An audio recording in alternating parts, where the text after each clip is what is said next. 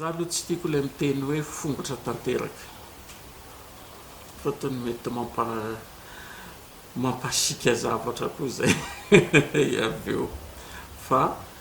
tatoato azo atao hoe tsy eno firy zany resaka forosy zany efa aminay efa clasenay ohatrany tantara le izy fa maro miezaka ary tsy vitany hoe région rery nanao an'io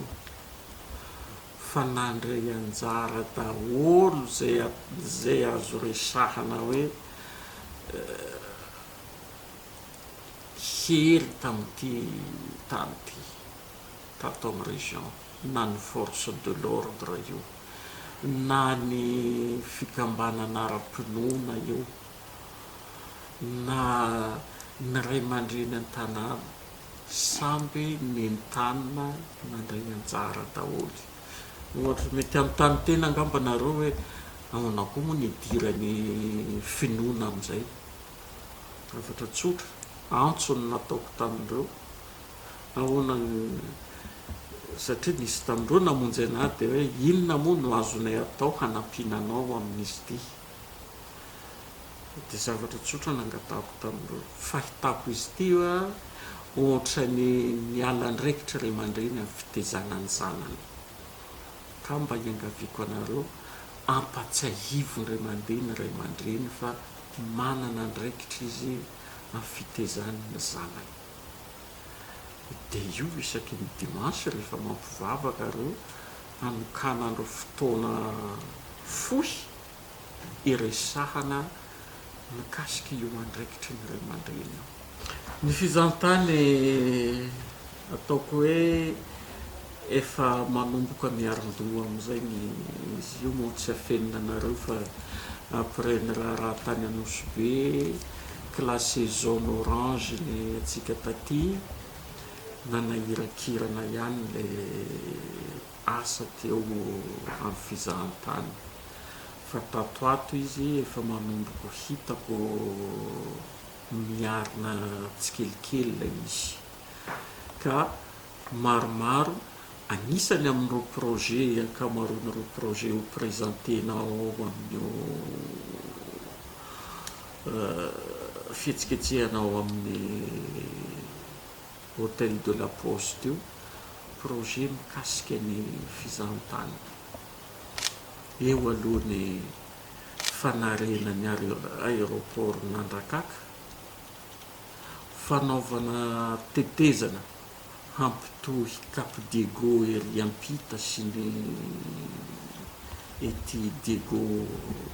tampon-tanàna ao ny mety hanaovana marina zany hoe port kelikely fipetrahany reny bateau toy ny catamaran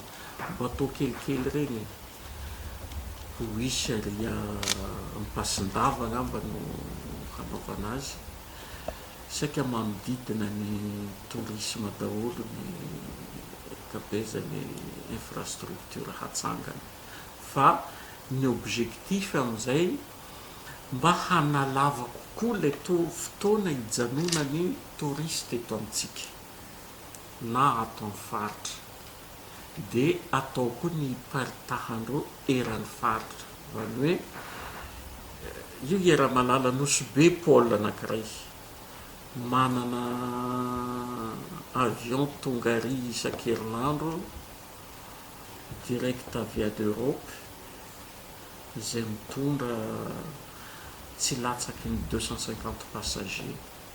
par semaine tonga ao Anosibe nefa reo olo reo raha hofaritanao iodikodina eo Anosibe foana ny zavatra mety azo antoko zay efa tonga tamin'ity taona ity izy mety tsy ho avy eky amin'ny manaraka fa inona tsy ho jerivana efa hitany le raha nefa maro ihany aloha no miverina noho ny akantony tanàna misy